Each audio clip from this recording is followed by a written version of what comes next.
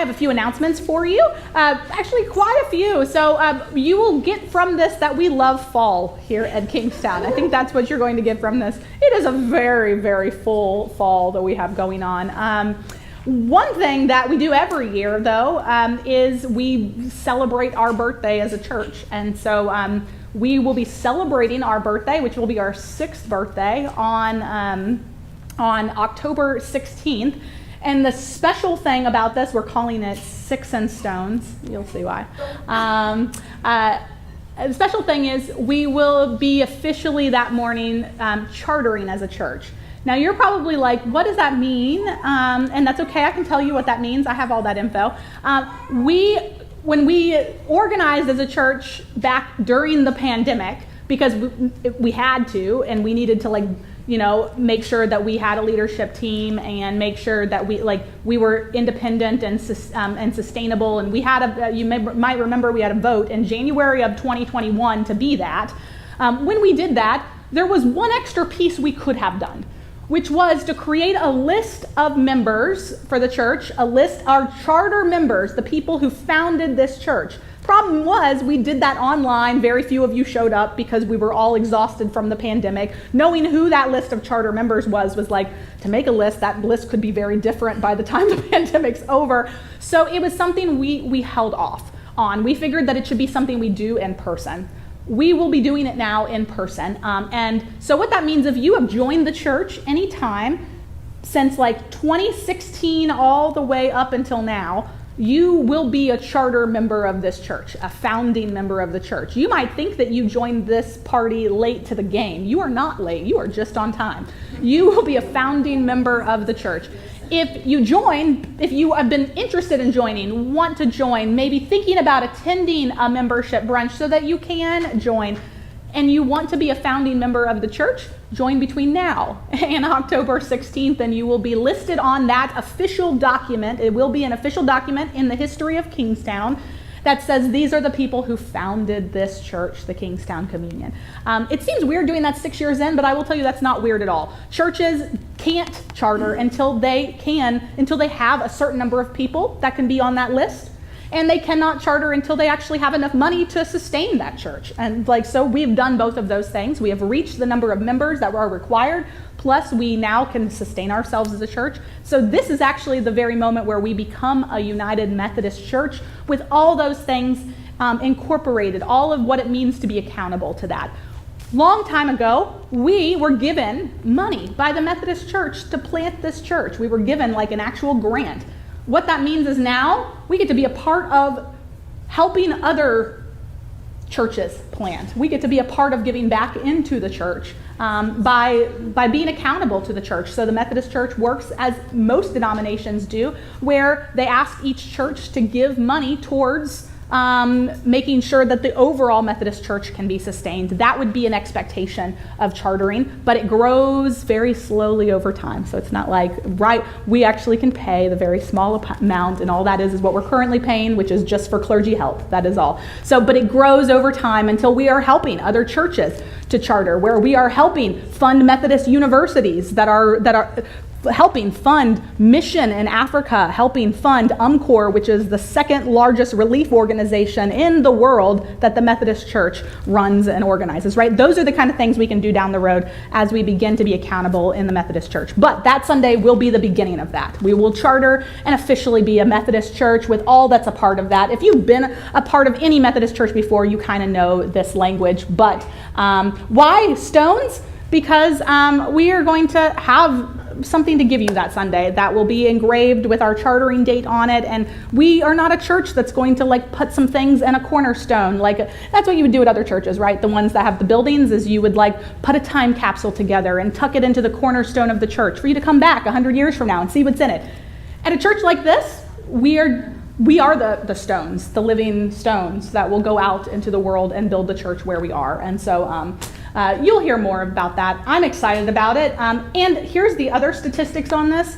Back when churches were being planted, when we started this church, it said that 1 in 6 churches would ever reach chartering. 1 in 6 new churches would ever reach it. And the other cool statistic is once you reach year 6, If you are not sustainable by then, you likely will never become sustainable. So it's like our 6-year itch. You know, you know that statistic related to marriage where like they say if you reach 7 years of marriage, you are likely going to stay married. If you reach 6 years as a church and are sustainable by then, likely you will be sustainable forever, right? So that's really good news.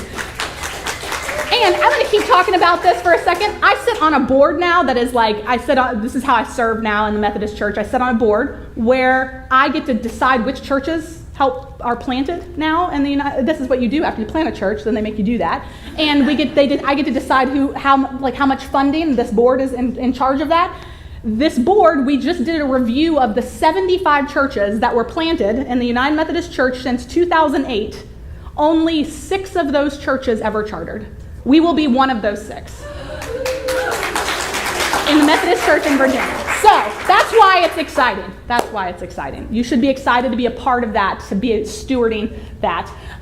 In addition to this, we have a full fall. We have on Halloween, we will, on the 30th, it's so many things, I can't even organize them in my brain. First of all, our All Hallows Hootenanny. I know.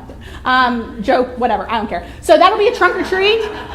But we're going to do a pumpkin toss. There's going to be face painting after worship that day, immediately after worship. So we will have a sign up for you to sign up to do the trunk or treat. Because we are on Hayfield's property now doing it here, this is an incredible outreach opportunity to the area around here. People are looking for places to be engaged on Halloween already. They're looking for places to bring their kids. We do not expect them to show up to worship on Sunday morning to actually attend this. This is not an internal event. This is always geared towards the community. But they may show up to worship too, right? So this is our churches, but also the communities. We will do that right here in the parking lot after worship.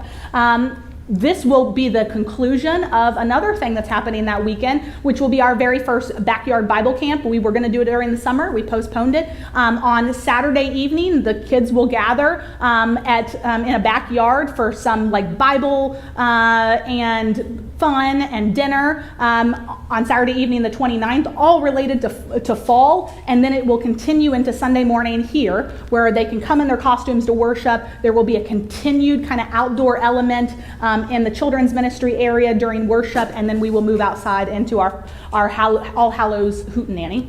And then we also have outdoor worship in October. That's going to be on the 9th, and I'm going to send you the schedule so you do not have to memorize it. This is also celebrating, St. Francis of Assisi. Normally that's October 4th, where you celebrate, it's the feast day of St. Francis of Assisi if you kind of grew up in the Catholic Church or one of those traditions. But we'll be doing Blessings of the Animals at Lee District Park that Sunday. And fall worship, it's going to be gorgeous. And I know many of you have asked me, I have new pets now. I have new animals since the pandemic. We need to bless them. They're not real unless you bless them yet, right? And then we will, from there, in the fall, we'll have a new sermon series. I'll just show you it, and you can just make what you will about it. Swole Church, building the body, exercising our strength. If somebody tells you that the church is too feminine, because people say that often, you know that's one of the things people say to me is the church is too feminine, the music's too feminine. Please all refer them to this sermon series when they say that. Yes. So we're going to be doing a study of Ephesians and what it looks like to actually be a church that is building the body, exercising our strengths together. And we will do it alongside a strengths assessment that we did with our leadership team. Our strengths assessment, we're going to find out what each other's, all kind of talk about what our gifts are, what our strengths are. Yes, it's a little bit like Strengths Finders, but it will be biblically based in Ephesians, I promise. No lunks allowed. I don't know if you see that. That's awesome. A lunk, oh my gosh, a lunk is somebody who's like I shouldn't do that.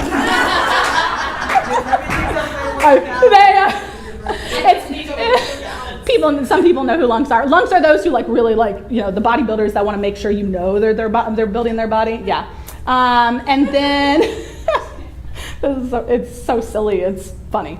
Maybe. You all will decide this. And then also November, we'll be back to Friendsgiving. We'll have a Friendsgiving in November. We're super excited about that. And then also, I think some of you might have been wondering where we are on our stewardship campaign and where our giving is, and so I will show you where we are on that, which is really cool. We have reached our goal Yes, thank you. What that means is that we are not bleeding. We are not we're not at a point where we're going through our reserve really fast. That's where we are on monthly giving now. What we have what we need for this year. That's what I'm saying. And hear me when I say, if you all keep giving, we have what we need for this year. Not like don't stop. Oh, I can stop now. No. So if you keep giving, we have what we need for this year. We increased our kind of monthly amount that's coming in and giving by like $2,800, which is amazing. Thank you for getting us there. We are now at a place where we can breathe. And then our pledge giving towards 2013 is about 75% of our goal already. That's just from those who have already pledged in advance by raising their pledges in 2022. So you're amazing. Thank you. It just helps us be more fruitful in our first year of all in-person ministry since 2019. So yes, thank you, Phoebe. Yes, we can clap for that. Awesome. With all of that, would you all rise and greet each other with the peace of Christ? If you're in your home, get an extra cup of coffee, greet your pets, whatever you want to do.